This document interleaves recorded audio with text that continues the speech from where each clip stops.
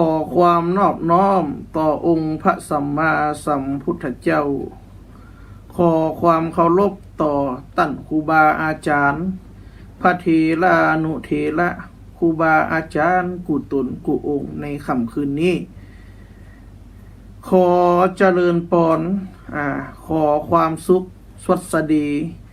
จงมีแก่ศรัทธาญาติโยมตั้นสาธุชนทั้งหลายที่อยู่ต่างบ้านต่างจองฝนก็ตกฟ้าก็ห้องบางที่บางแห่ง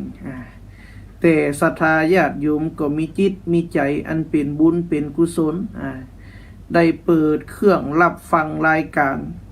สารธรรมกำเมืองสัปปะเรื่องล้านนาทางสถานีวิทยุวัดฝายหินตำบลสุเทพอำเภอเมืองจังหวัดเชียงใหม่ FM 104.50 เมกะเฮิรตซ์วิทยุเพื่อการศึกษาพระพุทธศาสนาและวัฒนธรรมแห่งนี้ขอให้ศรัทธาญาติโยมที่ได้รับฟังติดตามรายการก็ดีสามารถติดตามทางไลฟ์สดใดก็มีทาง Facebook ของอาตมาภาพเป็นภาษาอังกฤษว่าพระประหลัดธันวาศิริรัตนเมธีหรือติดตามทางสถานีวิทยุ FM 104.50 เมกะเฮิรตซ์ซึ่งดำเนินรายการโดยตนตัวอาตมาภาพเก่ากับผมพระประหลัดธันวาศิริรัตนเมธีเลขานุการเจ้าคณะตำบลหายาวัดธาตุคำอยู่ตั้งประตูเชียงใหม่อำเภอเมืองจังหวัดเชียงใหม่เบอร์โทรศัพท์065-856-8556 ช่วงนี้กำลังมือโทรศัพท์มือถือบ่ค่อยดีลองโทรพอหนอติดบัดติดพอดีก็ยืมมือถือขโยมใส่ไปก่อนใส่ซิมไปก่อนสักวัน2 วันจะหาซื้อโทรศัพท์ก่อนพอดีเครื่องมันใจมาเมื่อละ5 ปีปลายละมันแห้งมันสีจะบ่ค่อยดีกดบ่ฮู้เนื้อบ่ฮู้ตัวไปเหียละก็เหมือนกับชีวิตของคนเฮาผ่านช่วงระยะเวลาไปก็เช่นเดียวกันซึ่งในค่ำคืนนี้อาตมาภาพจะได้น้อมนำคำสวดคำสอนขององค์พระสัมมาสัมพุทธเจ้ามาจามาเล่าให้แก่ศรัทธาญาติโยมตั้นสาธุชนทั้งหลายได้ฟังได้ชมก่อนที่จะได้เข้ารับเข้านอนในค่ำคืนที่ฝน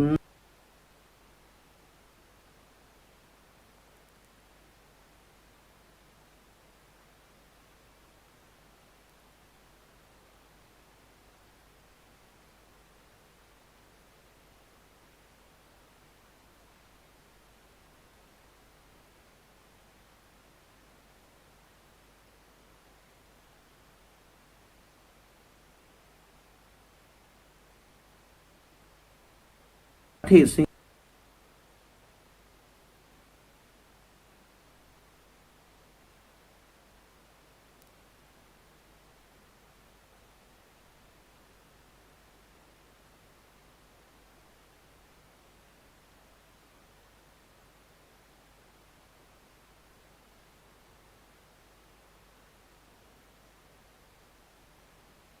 อาตมาภาพก็จะได้ปาศรัทธามาไหวพระไหวเจ้า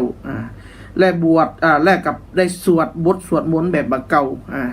ชื่อว่าบทพระเจ้าเรียบโลกพระเจ้าเรียบโลกก็คือบทที่องค์พระสัมมาสัมพุทธเจ้าได้มาสถิตสถานลงมาเดินลงมาเหยียบหรือว่ามาเรียบโลกมาแต่ละตีแต่ละตางตีสารทิศแห่งใดเพื่อมาโปรดสรรพสัตว์โปรดเวนยสัตว์เจ้าทั้งหลายคือพ้นจากความทุกข์ความโศกเป็นบทที่มีมา10,000 กว่า650 กว่าปีเพราะวัดธาตุคำแห่งนี้มีอายุประมาณ600 กว่าปีศรัทธาญาติโยมตั้นสาธุชนทั้งหลายหลังจากปาศรัทธาบุสวด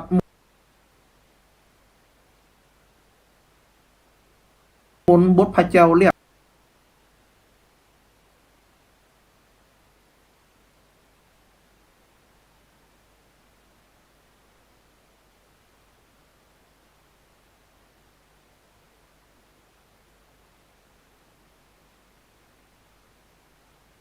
มาจ่าเนาะว่าตั้งบ้านตั้งจองเป็นได้พ่องตั้งบ้านตั้งจองเป็นได้พ่องพอแฮมบ่มื้นนี้ก็ใกล้จะเข้าสู่ฤดูฝนหรือว่าเข้าสู่ฤดูฝนมาแล้วเมื่อเข้าสู่ฤดูฝนปุ๊บก็จะเข้าช่วงของพรรษาเข้าช่วงพรรษาเข้าช่วงพรรษาก็จะมีการถวายเทียนพรรษามีการถวายผ้าอาบน้ำฝนมีการถวายผ้าอาบน้ำฝนเป็นประเพณีและวัฒนธรรมที่สืบต่อกันมาตั้งแต่สมัยพุทธกาลนานมาแล้วเนาะเดี๋ยวจะได้เรื่องประวัติของการถวายเทียนพรรษาประวัติของการถวายผ้าอาบน้ำฝนทำไมเปิ่นต้องถวายตลอดถึงจะได้ได้จาถึงกิจกรรมของพระสงฆ์สังฆเจ้าท่านสาธุชนทั้งหลายมีคนโทรมาฮัลโหลเปิดลำโพงก่อนฮัลโหลนมัสการเจ้าท่านเน็ตบอกเขาดีหายอันนี้ฝนห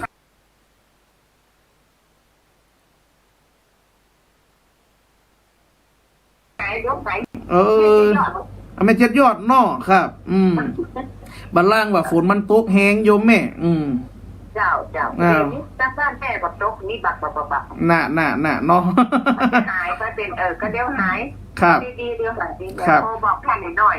ได้เป็นอย่างนอตั้งจิตตั้งใจฟังนะแม่นอครับเจริญพรครับเจริญพรโยมแม่จิตยอดเจริญพรโยมแม่จิตยอดได้มามาจ๋าได้โทรมาแจ้งข่าวสารตั้งบ้านว่านิดบ่ค่อยดีเนอะท่านอาจารย์ที่อยู่ตั้งสถานีลองปั๊บลองเคลื่อนสถานีเพราะว่าฝนตกเนาะก็ลองติดตามดูเนาะต่อไปจะได้ปาศรัทธาได้สวดมนต์ไหว้พระแล้วก็สวดบทพระเจ้าเรียบโลกเพื่อฮือค่ำคืนนี้เป็นค่ำคืนมังกรมงคลฝนจะตกก็ขอให้ตกดีตกงามจะไปตกฮ้อนตกไหมขอให้ตกดีตกงามบ่มีฟ้าห้องบ่มีฟ้าเมฆตกคือศรัทธาญาติโยมทั้งหลายได้จุ่มได้เย็นเนอะต่อไปก็เชิญชวนศรัทธาญาติโยมตั้นสาธุชนทั้งหลายตีรับฟังวิทยุตั้งบาน104.0 เมกะเฮิรตซ์ตลอดถึงศรัทธาญาติโยมตีฟัง Facebookที่ดู Facebook ใน Facebook ไล่สุดนี้ปากันไหวพระเจ้าอาตมาภาพจะได้ปาสวดมนต์บทพระเจ้าเรียบโลกด้วยกันเนออิมินาสกาเลนะพุทธังอภิปูชยามาอิมินาสกาเลนะธรรมังอภิปูชยามาอิมินาสกาเลนะสังฆังอภิปูชยามาอะระหังสัมมาสัมพุทโธภควาพุทธังภควันตังอภิวาเทมิระลึกถึงคุณพระพุทธเจ้าสวาคาโตภควตาธัมโมธัมมังนะมัสสามิระลึกถึงคุณของพระธรรมเจ้าสุปฏิปันโนภควโตสาวกสังโฆสังฆังนะมามิ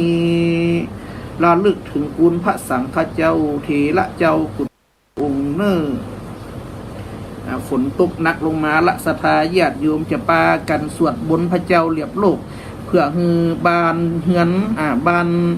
จองหอเฮือนเดือนดาวจะได้อยู่ดีมีสุขมีความสุขความเจริญในวันที่ฝนตกลงมาจุ่มลงมาเย็นเนอนะตัสสะภะคะวะโตอะระหะโต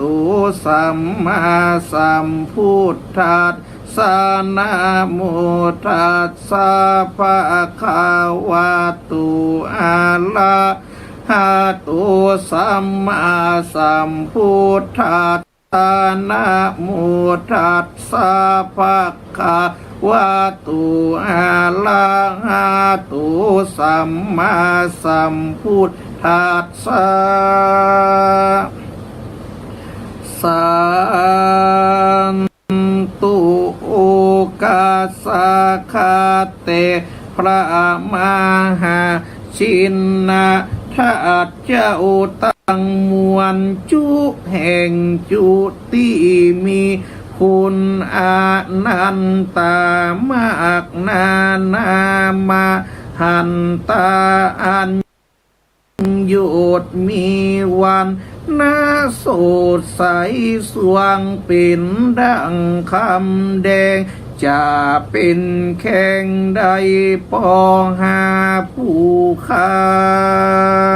บขอขาบว่าอีผู้จามันสีมาตันตุลาเต้าเม็ดเขาสารฮักเกิงวันนะตึงดังแก้วป่าพาบิ่งจากกาหักย่อยได้เต้าสะมือกันมี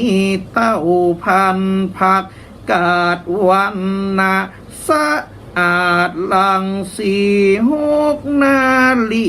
ผู้ขาข้าพานมก็ย้อนยกมือขึ้นนอบไว้ข้าปูจาภิกะถ้ายังบ่ย่อยยังค่อยตั้งอยู่เป็นปังกาติอันที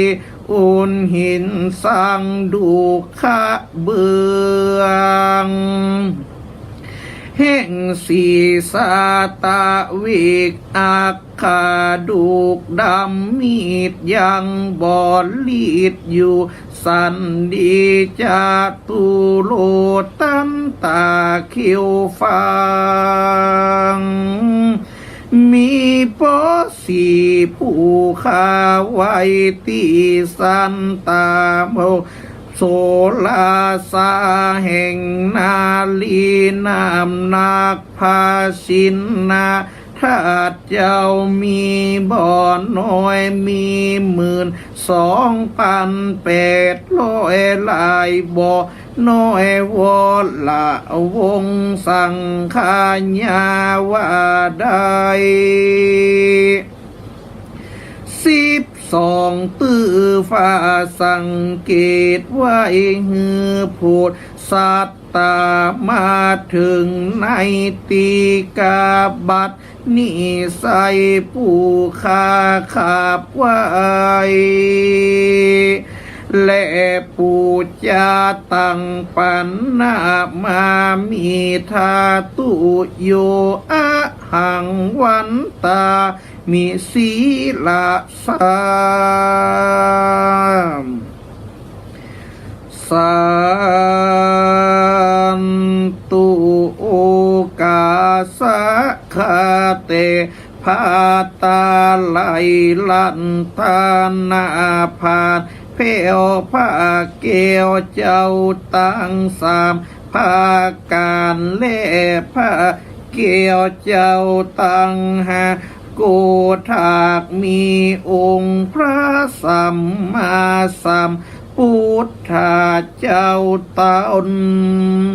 ตนถ้าลงกุลอานันตาอัมปาลิมานาหาติสุดบ่ได้ตนเป็นคู่แก่โลกตั้งสามตนทาลาดยังพาญาสัมปัญโยเหนือเต้นแก้วเตบเก่าไม่มา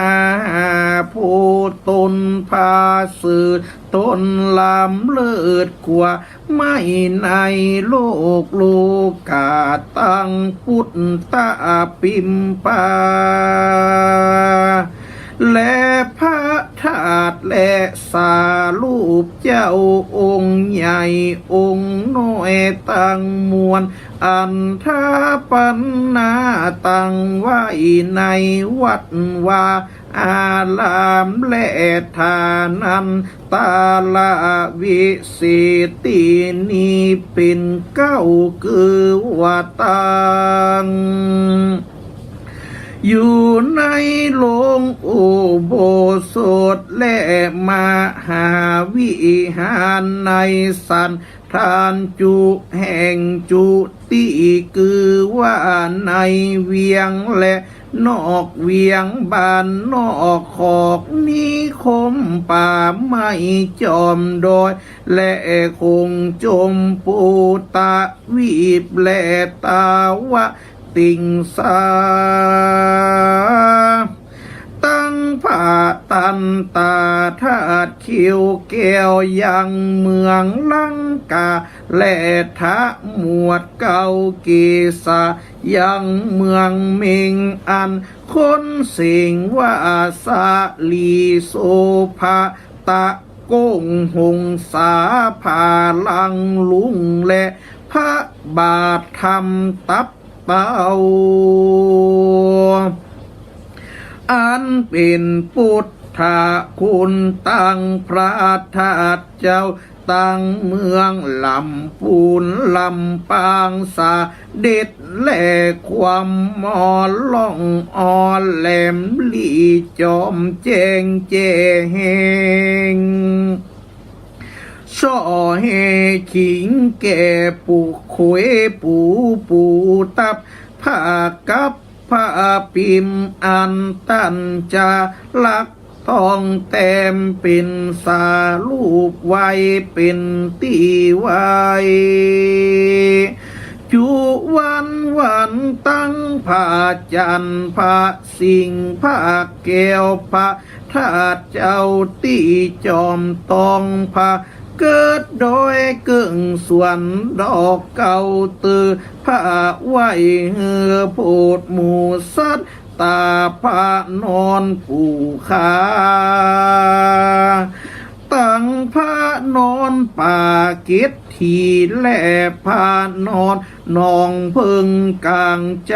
เมืองม่วงเนืองพระธาตุคุณโคนจอมมุนจอมฮดพดลอดจอมพอจอมจันจอมจอดจอมเวเสวนศพแวนอินแควนแสนไออักโคชัยโดยเต่ามอนเปียเจ้าจอมแตงป่าแดงนันตาอุปาโดยคำธาตุคำสุเทพสังเขปโดยอัญชุลีผู้ค้าขาบวันตีซึ่งเกษาภะมุนีสีเซนตีจอมยองศพฟางจอมลอยโดยน้อยเก่งจ้างให้สวยพาเจ้าโดยตุงทำปุ่มทำป่ากูเกวพาสูงเจียงแสนสิบตามหลวงปู่เขา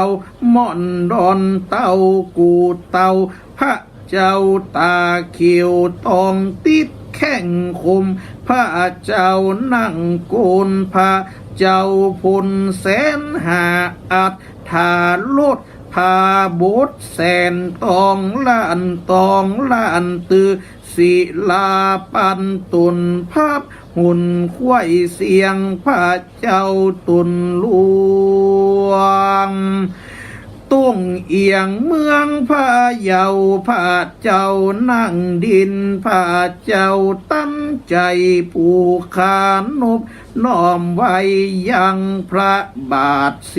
400พระบาทยังวีดพระบาทควงเป่าพระบาทเกี่ยวเข่าพระบาทดอนกลางพระธาตุจังครึ่งพระธาตุจอมมอนนางนอนเมืองตื่นสุนันตาเมหอพระ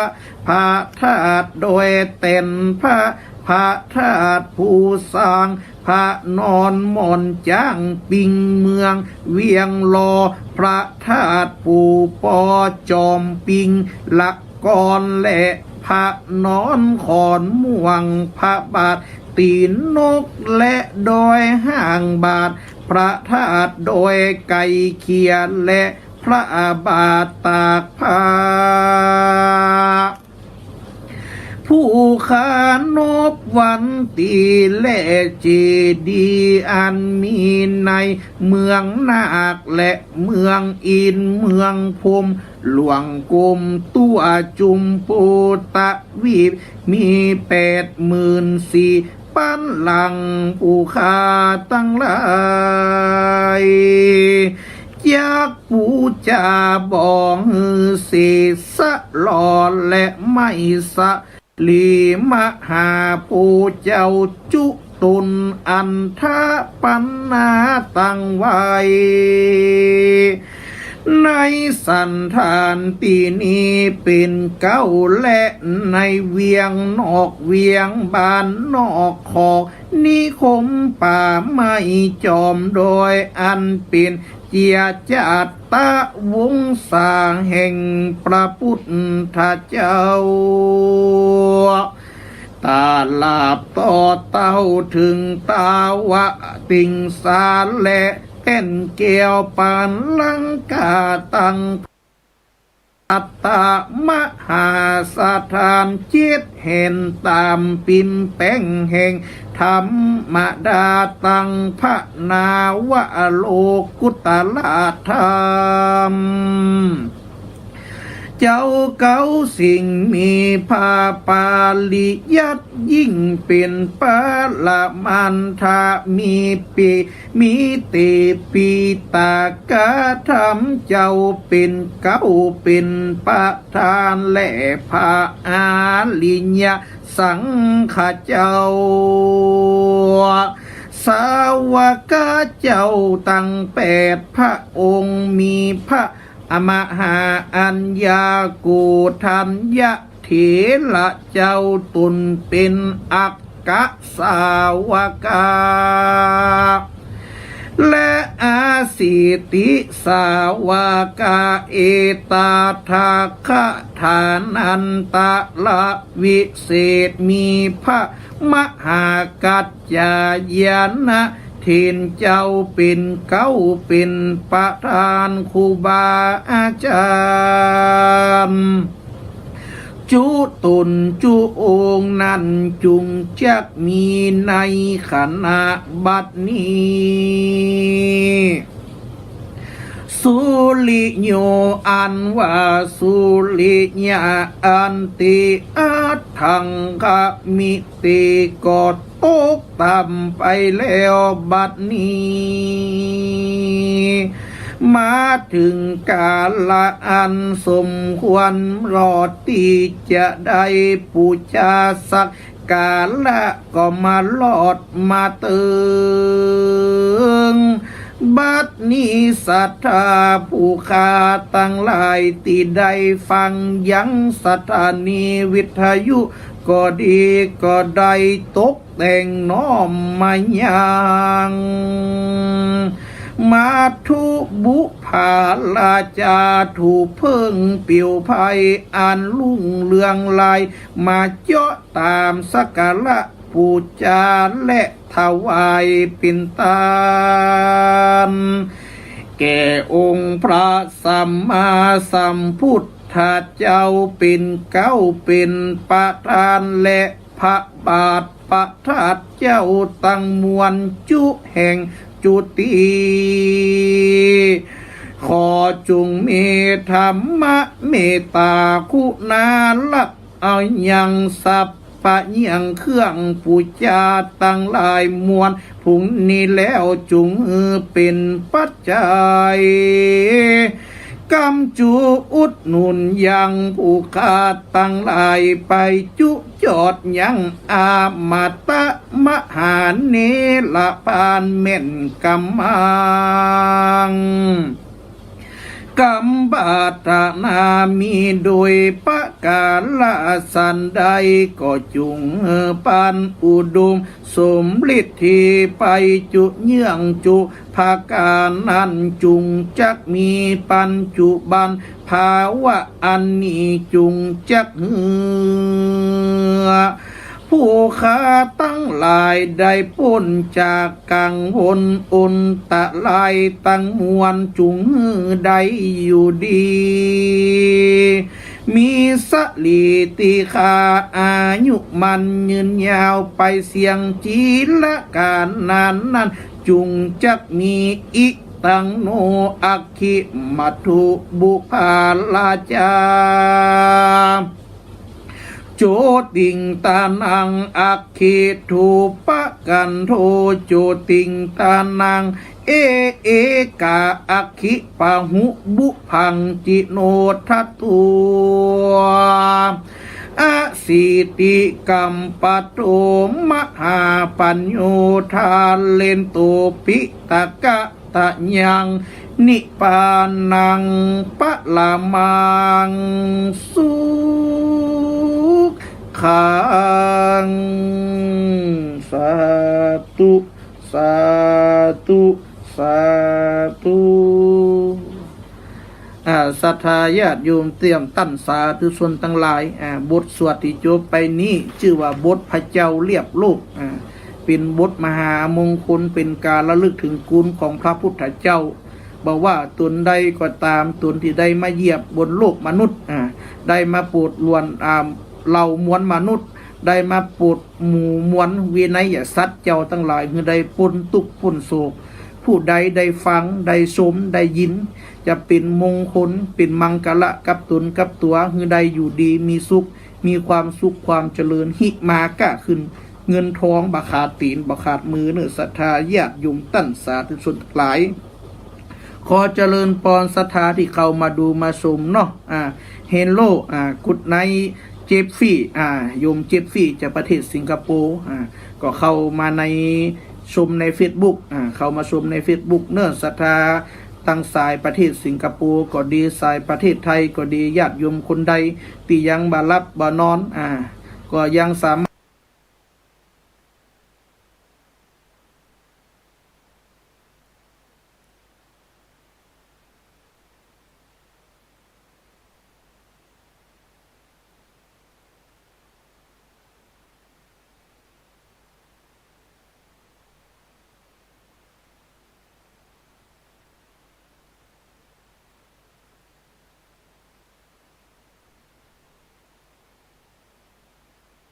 มาใดโทรมามาจากับอาตมาภาพใดเนาะตอนนี้อาตมาภาพก็ได้สวดบทพระเจ้าเรียบโลกบทที่เป็นมงคลที่จะปาสุศรัทธาได้ยินได้ฟังก่อนรับก่อนนอนในค่ำคืนนี้แล้วคือเป็นมงคลกับตนกับตัวต่อไปอาจจะได้มามาจาได้มาปาใส่กับศรัทธาญาติ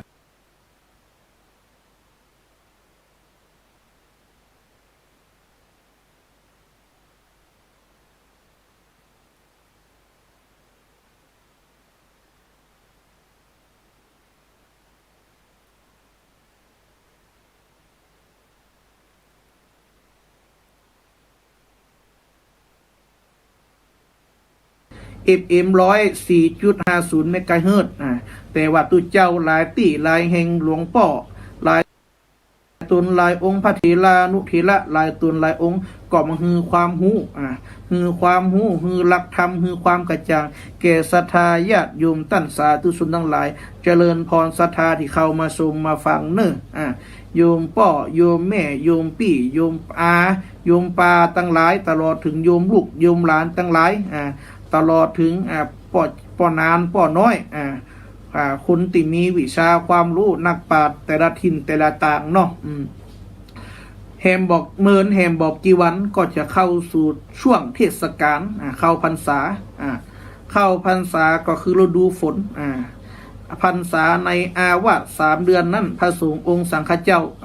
ก็จะอยู่จำพรรษาแต่ละวัดไขวัดมันที่ใดปาวารณา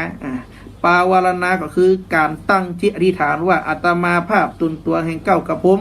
พระภิกษุรูปนั้นรูปนี้จะได้จำพรรษาอยู่วัดนั้นวัดนี้เนื่อจะได้ได้จ๋าได้ปาวรณาแล้วจะได้จำพรรษาติหันตินีเมื่อจำพรรษาปุ๊บศรัทธาญาติโยมพระสงฆ์องค์สังฆเจ้าก็จะได้ปฏิบัติธรรมได้ปฏิบัติธรรมได้หาวิชาความรู้สมัยนี้มีเฟซบุ๊กถ้าฝนตกนักศรัทธามาวัดมาวาบดใดก็อยู่บ้านอยู่จองฟังตุเจ้าไล่สุดก็ได้ฟังสถานีวิทยุก็ได้ฟังตึงเทพฟังตึงวิทยุฟังตึงอินเทอร์เน็ตฟังได้หลายที่หลายแห่งเพราะข่าวสารเนี่ยเขาต้องรู้ข่าวหลายที่หลายแห่งบ่ว่าจะเป็นข่าวต่างโลกก็ดีข่าวต่างธรรมก็ดีดังนั้นจึงมีกรรมที่เป็นได้กล่าวไว้ว่าตุเจ้าที่ดีตุเจ้าที่ดีตุเจ้าที่จบลักที่ดีต้องจบลัก4ประการอันนี้ยกมือขึ้นได้เหมาะยกมือ4 นิ้วแต่เขาว่าใบหัวให้เหมาะใจเนอะต้องจบลัก4ประการศรัทธาญาติโยมทั้งหลายตุเจ้าที่ดีที่จะได้มาสอนศรัทธาเนี่ยก็ต้องจบลัก4ประการเป็นเพราะว่าจบลักตุเจ้าลัก4ประการมีอันอย่างพ่องโยมพ่อโยมแม่โยมปี่โยมอาทั้งหลายตลอดถึงครูบาอาจารย์นักปราชญ์เจ้าทั้งหลายบทลัก4ประการที่ตุเจ้าควรมีและควรจบนี่ที่จะเป็นเทรานุเทระได้สั่งสอนศรัทธาญาติโยมดีเนี่ยต้องมีลักอยู่4ประการด้วยกันครูบาอาจารย์นักปราชญ์บอกเก่าได้กล่าวไว้ว่าลักข้อที่1เพิ่นบอกว่าปัทมะพุทธวจนังปัทมะเป็นภาษาบาลีปัทมะหมายถึงปัทมะหมายถึงปัทมะที่ปัทมะหมายถึงปัทมะพุทธวจนังแปลโดยความเข้าใจก็คือปัทมะพุทธวจนังก็คือต้องหู้จักคำสั่งคำสอนขององค์พระสัมมาสัมพุทธเจ้าหู้จักคำสอนของพระพุทธเจ้าสามารถคำสั่งคำสอนของพระพุทธเจ้าเนี่ยออกมาเผยแผ่ออกมาออกมาจาออกมาสนทนาธรรมกับศรัทธาญาติโยมคือศรัทธาญาติโยมสามารถเข้าใจสามารถฟังอันนี้คือหลักธรรมสามารถฟังและเข้าใจอันนี้เอาไปใจกับชีวิตประจำวันใดบ่ว่าจะเป็นตุเจ้าที่บนติดจะเป็นกันอันยังก็ตามจะติดเบบแลติดใส่กาบหรือว่าติดบรรยายจะเอาติดสับระบับมัดทีกะอันยังกะอันนี้ก็คือพุทธวจนังพุทธวจนะพุทธวจนังปัทมะพุทธวจนังก็คือหูจักคำสั่งคำสอนของพระพุทธเจ้าติดตัวติดแบบชาดกใดตัวก็ต้องติดแบบสั่งแบบสอนคือศรัทธาญาติโยมใดตัวติดคือศรัทธาได้ฟังเปิ้นว่าจะอ่านเปิ้นว่าจะบางเตี้ยศรัทธาบ่เข้าใจติดแลยังปันนาตังลัญญามหาปัทวิงอุณนาเตตัวพัมมานาสปิยาปุนเตสุตินเนสุยาวาพัมมาโลกาเอกังกุลหะลังจะตังอาหัวสี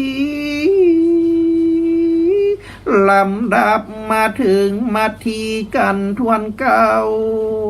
พอประมาณเนาะอาตมาเสียงกระเฮบบ่ใครดีบ่ใจนั่งมาทีอย่างเปิ้นเนาะเขานี่นั่งสักกะตินั่งสักกะตินั่งวัดอภาเวทปุ่นศรัทธาญาติโยมทั้งหลายเนี่ยติดแบบแลแบบกาบแบบทำนองได้ก็ต้องติดสั่งติดสอนให้ศรัทธาญาติโยมหูจักหลักธรรมของพระพุทธเจ้าสามารถนำเอาหลักธรรมของพระพุทธเจ้าไปใช้ในชีวิตประจำวันใดอันนี้คือหลักที่1ของตุเจ้าชื่อว่าปัทมะพุทธวจนังหูจักคำสั่งคำสอนคำติดคำสวดของพระพุทธเจ้านี่คือหลักที่1นะครับเนาะที่พระเจ้าเขาจะต้องปฏิบัติพระสงฆ์องค์สังฆเจ้าเขาจะต้องปฏิบัติให้ได้และจบลักให้ได้จะเป็นลักที่ตุเจ้าที่ดีและจะได้สั่งสอนศรัทธาญาติโยมตั้งสาธุชนทั้งหลายได้ดีลักข้อที่2เปิ้นบอกไว้ว่า2ตุติยะตุติยะหรือว่าตุติหมายถึง2ตุติยะโลจะกิจจังตุติยะโลจะกิจจังก็คือรู้กิจ ของชาวโลกหูกิจต่างๆของเจ้าโลกว่าเปิ่นเป็นจะได้เปิ่นตุกเปิ่นยากกอเฮาก็ต้องเอาหลักธรรมไปช่วยบอกช่วยกล่าวช่วยสั่งช่วยสอนช่วยเตรียมช่วยเตือนตลอดถึงช่วยในการเสริมส่งก็คือว่าเจ้าบ้านเปิ่นมีกิจมีการมีงานจะได้เฮาต้องไปไปจ่าเปิ่นเอาหลักธรรมเข้าไปช่วยอย่างนี้นะธรรมนะนะโยมนะรู้ทางโลกรู้ทางธรรมและบ่ควรไปเบียดไปเบียนเปิ่นบางเตี้ยบางแห่งบางตีเนาะอย่างกับช่วงนี้โอ้โควิดกันนักโควิดกันหนาอันยังกับวีดอย่างมดกับเสียงบางเตี้ยบางวัดโอ้บ่ได้แปลงปล่อยหลวงปล่อยหลวงแปลงวิหารศาลาแล้วเอาไว้หันก่อนห้อมแปลงก่อนนอกต้องกับศรัทธาคือเข้าใจเพราะว่าศรัทธาญาติโยมเปิ่นก็ตุกเปิ่นก็ลำบากอิดเหมือนกันหาเช้ากินค่ำแต่พระสงฆ์เขาก็บ่ได้ดูได้บ่โดยละได้ความบางเตี่ยพระสงฆ์ก็ได้ปันเข้าปันน้ำได้แปลงตู้ปันซุกหลายตีหลายแห่งเช่นเดียวกันแต่ว่าตู้เจ้าเขาต้องหูกิจเจ้าลูกตัวตุติยะโลจะกิจจังตุติยะโลจะกิจจังรู้กิจของชาวลูกช่วงนี้เปิดลำบากลำบนห้อมแปลงจะหนองปหลวงเนาะห้อมแปลงเตี่ยกระถินพระปาหรือถ้าเฮาแปลงเฮาก็ว่าแปลงใหญ่แปลงหลวงแปลงหมกบ่หายบ่ดีคือศรัทธาญาติโยมผ่านช่วงวิกฤตโควิดไปก่อนผ่านช่วงร้ายๆไปก่อนหรือว่าศรัทธาบ้านไหนบ่พร้อมเตี้ยก็เป็นหยังปีหน้าปีนี้บัดตาปีหน้าเอาใหม่หรือว่าถ้าศรัทธาบ้านไหนพร้อมศรัทธาพร้อมตุเจ้าพร้อมอันนี้ก็เนี่ยได้ดังนั้นลักที่ดีของตุเจ้าที่ดีต้องมีลักข้อที่2ตัวก็คือตุติยะโลจะกิจจังต้องหูกิจของต่างโลกและต่างธรรมได้เพื่อจะได้เอาธรรมะนั่นมาจุ่ยจุ่ยจาจุ่ยสั่งจุ่ยสอนจุ่ยเสริมคือศรัทธาญาติโยมได้อยู่ดีมีสุขมีความสุขความเจริญศรัทธาญาติโยมจะได้มาหนุนมานำมาจุ่ยพระสงฆ์องค์สังฆเจ้าได้อยู่ในพระพุทธศาสนาและจุ่ยเหลือพระพุทธศาสนาไปตราบนานเท่านานเนาะอันนี้คือหลักข้อที่2หลักข้อที่2ก็คือตุติยะโลจะกิจจังลักข้อที่3ลักข้อที่3เปิ้นบอกไว้ว่าตติยะแปลว่า3ในภาษาบาลีเปิ้นบอกว่าตติยะเวชชะคันฉังตติยะเวชชะคันฉังเวชชะคันฉังก็คืออย่างก็คือเวชภัณฑ์ก็คือยารักษาโรคตุเจ้าเนี่ยต้องช่วยเป็นยารักษาโรคให้แก่ศรัทธาญาติโยมตั้นสาธุชนทั้งหลายตุยเป็นยารักษาโรคจะได้เป็นยารักษาโรคทางกายและเป็นยารักษาโรคทางใจทางกายจะได้เปิ้นเจ็บหลังเจ็บเอวปวดหลังปวดเอวตุเจ้าตุนใดครูบาอาจารย์ท่านใดเป็นนักปราชญ์เป็นหมอยาเป็นผู้รู้วิชาความรู้ก็ช่วยเหลือไปโยมเอานี่ไปกินเนอะเอานี่ไปทาเนอะสมุนไพรตัวนั้นดีสมุนไพรตัวนี้ดีกินแล้วจะช่วยบรรเทาจะช่วยให้รักษาหายตลอดถึงแปลงตาแปลงเตียนแปลงตาแปลงเตียนช่วยเหลือศรัทธาญาติโยมไปอันนี้คือการรักษาทางกายมีอันยังก็ช่วยเหลือไปการรักษาทางใจก็คือช่วยเอาธรรมะเนี่ยมาเป็นโอสถโอสถในธรรมะก็คือโอสถเป็นยาทางธรรมะไปช่วยโยมโยมบ่ต้องไปกึดนักกึดหลายเนอะอันนี้จังทุกขังอนัตตาเป็นสิ่งที่บ่เที่ยงแท้แน่นอนแห่งชีวิตมีพบก็มีจากมีพบก็มีจากมีหายก็มีปิกมาเนี่ยเรื่องธรรมดาเงินมันหมดเศรษฐกิจบ่ดีรอเศรษฐกิจมันดีมันก็ปิกมาเขาช่วยอธิบายเปิ่นช่วยเหลือเปิ่นคือเป็นยาชูกำลังทางใจตลอดถึงบางเตี้ยเปิ่นไปโดนสิ่งบ่ดีบ่ดักโดนคนทำเขาทำของตู้เจ้าก็เป็นยาแห่งอย่างหนึ่งก็คือช่วยมนต์คาถานั่นดีคาถานี่ดีธรณีสารบทสวดไล่ผีไล่สางดับปิดดับโศกดับโลกดับไมแก่คึดแก่จากถาตีนิสิงเหก็ว่าไปช่วยศรัทธาเป็นยารักษาทางใจตลอดถึงถ้าแปลงเตียนใดเอาเตียนดามนี่ไปตามเนื้อเอาเตียนดามนั่นไปตามเนื้อก็สามารถที่คือญาติโยมไปจุดและสามารถตามเตียนปึกสบายอกสบายใจตามเตียนทุกปีแล้วตามเตียนท่านอาจารย์แล้วตามเตียนครูบาละดี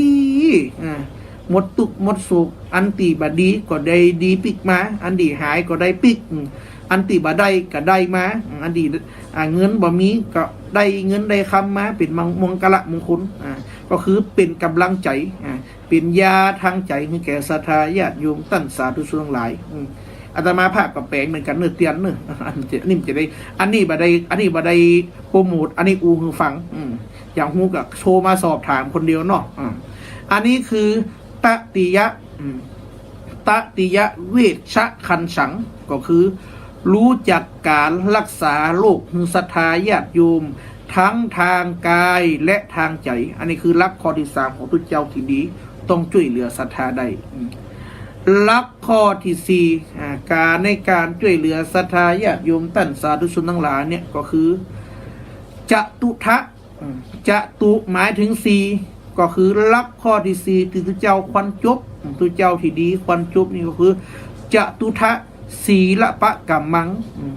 จตุทะศีลปะกัมมังศีลปะกรรมศีลปะกัมมังก็คือรู้จักการแปลงการก่อการสร้างการดูแลวัดวาการพอวัดพอวาคือวัดวาอารามงดงามคือวัดวาอารามมดใสคือไผมาหันไผมาพอไผมาแอววัดวาอารามงามถูกเหมาะพอตา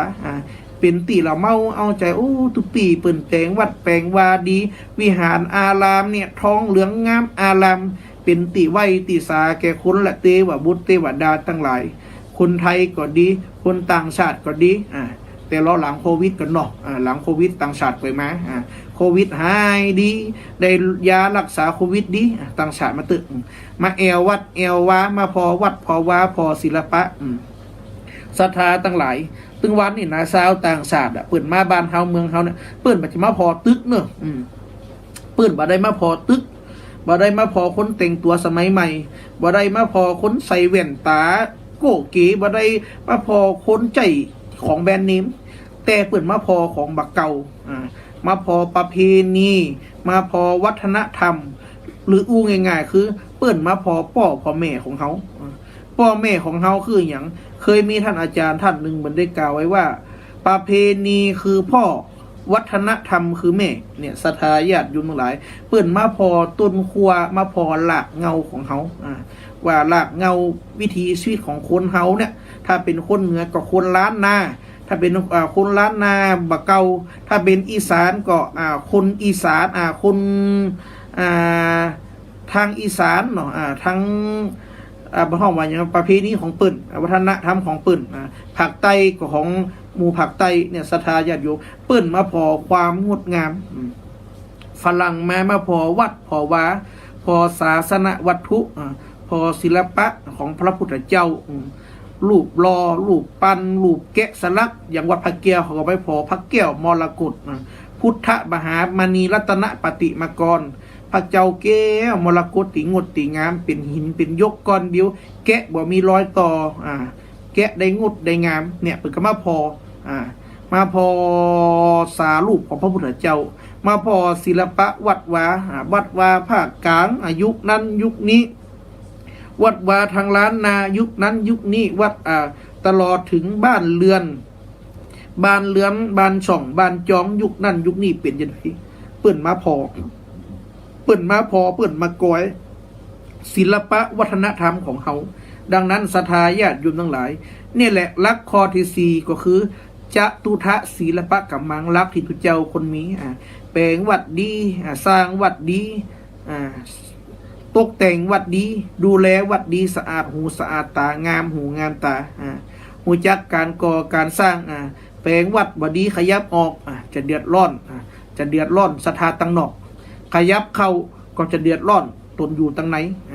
ดังนั้นตุเจ้าติดีต้องหู้ลัก4ประการถึงจะจบลัก4ประการก็คือ1ปัทมะพุทธวจนังรู้จักกรรมสั่งกรรมสอนกรรมสวดกรรมติดธรรมะของพระพุทธเจ้าปัทมะพุทธวจนัง2ตุติยะโลจะกิจจังรู้จักกิจของเจ้าบ้านเจ้าจองว่าเปิ่นทำอะไรยังอยู่เฮาช่วยเหลือได้ก็ควรช่วยเหลือเฮาเมตตาได้ก็ควรเมตตาอาวุธของพระพุทธเจ้าที่สำคัญที่เนี่ยคือเรามารเราคนบดี ป้ายแป้ป่าแป้ไปคืออาวุธแห่งความเมตตาพระพุทธเจ้ามีพระมหาการุณาธิคุณเมตตาที่คุณเมตตาต่อสรรพสัตว์เมตตาต่อคุณบัดดีและเมตตาต่อเจ้ากรรมในเวรต่อเหล่าพญามารและเมตตาต่อ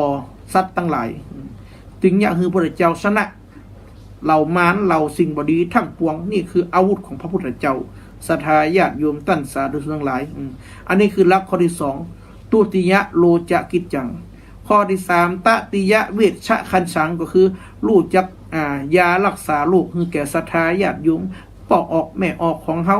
เปิ้นตุกอกตุกใจก็ช่วยเหลือเปิ้นบ่สบมสบายมีโยมมียาหูจักยาสมุนไพรก็ช่วยเปิ้นบอกเปิ้นช่วยทั้งทางกายช่วยทั้งทางใจคือเปิ้นมีความสุขคือเปิดมีความสุขความเจริญบ่ตุกบ่ฮอดอกบ่ฮอนใจเมื่อเปิดมีความสุขความเจริญบ่ตุกฮ้อนอกฮ้อนใจเปิ้นก็มาส่งมาเสริมเปิ้นก็มาส่งมาเสริมคือพระสงฆ์องค์สังฆเจ้าเนี่ยได้อยู่ในพระพุทธศาสนายืนนานและคือพระสงฆ์เนี่ยได้รับความสุขได้รับความสุขในการเผยแผ่ธรรมะได้รับความสุขในการศึกษาพระหลักธรรมพระวินัยต่างๆนานานี่แหละศรัทธาญาติโยมหลักข้อที่3ตลอดถึงหลักข้อที่4จตุทะศีลปกัมมังตุเจ้าต้องหูในจากการศิลปะการก่อสร้างการสร้างวัดสร้างวาการแปลงวัดแก่แปลงวาบดีเนี่ยพิษโลกบดีอยู่พิษโลกบดีลื้อของเก่าเอาไปเนี่ยใหม่แล้วเนี่ยบัถูกต้องบัถูกควันลื้อแล้วเนี่ยบัถูกตามที่ของบักเก่าได้เนี่ยไว้หูหันเหมือนกับหลายจังหวัดที่ออกข่าวโบสถ์โบราณ100 ปี200 ปี300 ปีหรือระยะเป็นบาเลมบาเทมไปเหียตอนนั้นตุเจ้าก็ต้องรู้จักศิลปะตัวในการสร้างวัดสร้างวาแปลงวัดแปลงวาคือศรัทธาญาติโยมได้หารละโป้เป็นตีละเมาเอาใจเป็นตีงามหูงามตาเป็นตีคือใดกราบได้ไวแห่งคุณและเทวบุตรเทวดาทั้งหลายบ่ว่าจะเป็นคนไทยหรือคนต่างประเทศเขาเปิ่นเจ้าทั้งหลายก็อยากมาหู้มาหันมาพอมากวยของที่เป็นวัฒนธรรมศิลปกรรมของบักเก่าของสถานที่นั้นภูมิภาคนั้นแหล่งนั้นดังนั้นตุเจ้าที่ดีต้องจบหลัก4ประการพุทธวจนังหูจักกรรมสั่งสอนพระเจ้าตุติยะโลจากิจจังหูจักกิจของเจ้าลูกตติยะเวชชะคันสังรู้จักการรักษาคือแก่เจ้าลูกและข้อ4จตุทะศีลปกัมมังหูจักการแปลงการสร้างวัดวาอารามต่างๆหลัก4ข้อเนี่ยเป็นหลักที่ดีในส่วนที่พระสงฆ์องค์สังฆเจ้าได้เข้าพรรษาอีกบ่กี่วันกี่ยามก็จะได้ศึกษาหลักธรรมต่างๆและสามารถนับหลักธรรมต่างๆเนี่ยมาเผยแผ่ให้แก่ศรัทธาญาติโยมได้เผยแผ่ศรัทธาญาติโยมตุ้ยได้ช่วยเหลือกับศรัทธาญาติโยมตุ้ยเพื่อศรัทธาญาติโยมมีความสุขความเจริญต่อไปเนาะวันนี้เวลาเหลือนักแต่ฝนก็ตกโยมปอกออกแม่ออกศรัทธาคนใดต้องการจะโทรมาสอบถามโทรมาอุบัจจาตุปีไดเนอร์เปิดโอกาสเหลือเวลาประมาณ4 นาที5 นาทีเหลือเวลาหำลักหำลายอยู่ตีเบอร์065-856-8556 065-856-8556เนอโทรมาใดตุปีปลัดธันวาผมอาจารย์ปลัดธันวาหรือตุปีธันวาก็ได้แล้วแต่ศรัทธาเนาะหรือว่าถ้าเป็นคนทักกับพระอาจารย์ก็ได้เอาศรัทธาสะดวกเขาจะได้อูจากันง่ายอูจากันคล่องพระสงฆ์ก็เป็นผู้สืบทอดหลักธรรมของพระพุทธเจ้าบ่ได้เป็นไผที่มียศมีศักดิ์อย่างสูงเทียมฟ้าก็เป็นลูกของเจ้านาเจ้าไร่เจ้าบ้านเจ้าจองเข้ามาศึกษาพระพุทธศาสนาได้ปึ่งเข้าปึ่งน้ำขอปอออกแม่ออกได้ปึ่งเข้าปึ่งน้ำของโยมป่อโยมแม่ที่เป็นอุปถัมภ์กัมจูบุญอยู่บุญได้เจอกันได้พบกันก็ได้ช่วยเหลือกันเหมือนบุญที่ได้สั่งสมมาด้วยกันหมดไปแล้วก็ได้หายได้จากกันไปก็เป็นเรื่องธรรมดาธรรมชาติของโลกนี้บ่ต้องไปยึดมันถือมันบ่ต้องไปยึดติดถือติดอย่างสักอันศรัทธาญาติโยมตั้นสาธุชนทั้งหลายอย่างกับฝนตกมาตึงวันเนี่ยบางคนโอ้ย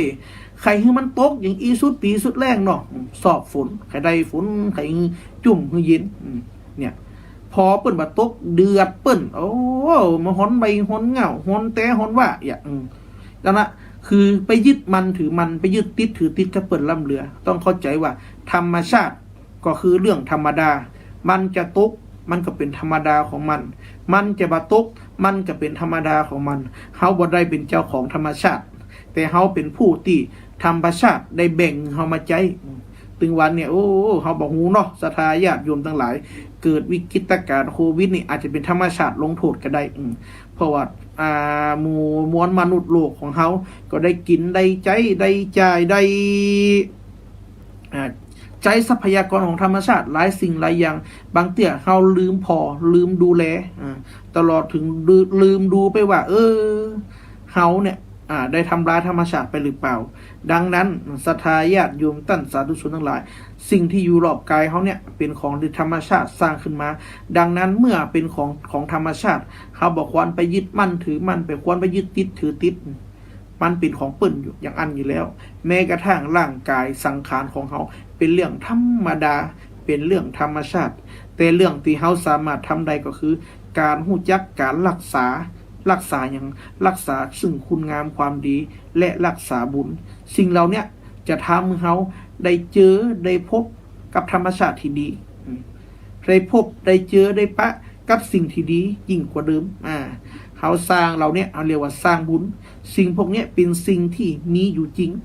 และคือผลอยู่จริงผลกับบาปเนี่ยมีอยู่จริงและให้ผลอยู่จริงบ่ต้องได้